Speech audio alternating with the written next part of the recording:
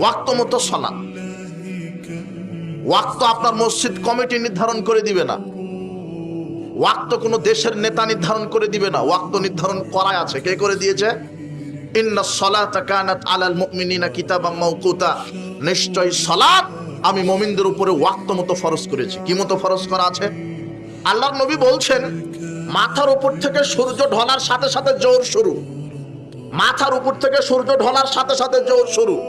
আপনার এই বাগমারা থানা নাকি পটিয়া থানা, পটিয়া থানাতে আপনি আগামীকাল দেখেন যে সূর্যটা মাথা থেকে ঢলার সাথে সাথে ঘড়িতে তাকান, দেখবেন যে 12টা বেজেছে। কতটা বেজেছে? আর মসজিদ কমিটি বলছে যে একটাই আজান দাও। সবাই মুনাফিক করা। আপনি হাসছেন কেন? হাসার তো প্রয়োজন নেই। বক্তব্য তো আপনার সাথে মিল খাবে না। আপনার মতো বক্তব্য হলো তো কি বক্তব্য হলো? ওয়াক্ত হয়ে গেছে কখন? 12টায়। আজান দিল কখন?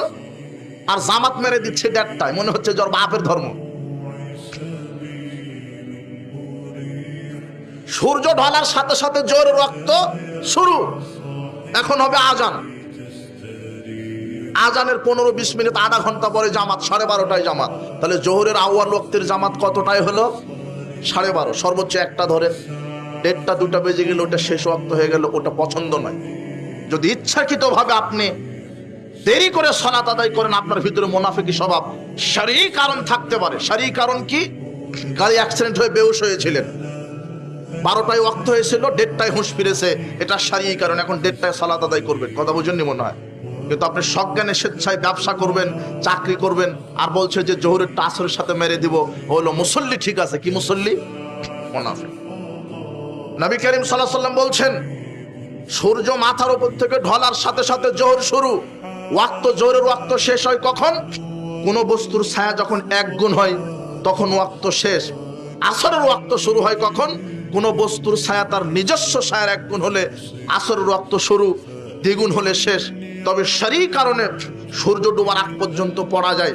মাগরিবের ওয়াক্ত কখন শুরু? সূর্য ডোবার পরেই মাগরিবের ওয়াক্ত শুরু। শেষ কখন?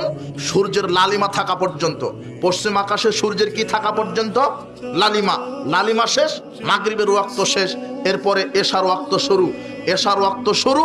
এশার ওয়াক্ত কতক্ষণ পর্যন্ত? মধ্যরাত্রি পর্যন্ত। তবে শারঈ কারণে সুবে সাদিকের পূর্ব পর্যন্ত পড়া যায়। কথা বুঝেননি মনে হয়? এটা হলো ওয়াক্ত। সব আবু দাউদ, তিরমিজি, ইবনে মাজার হাদিস।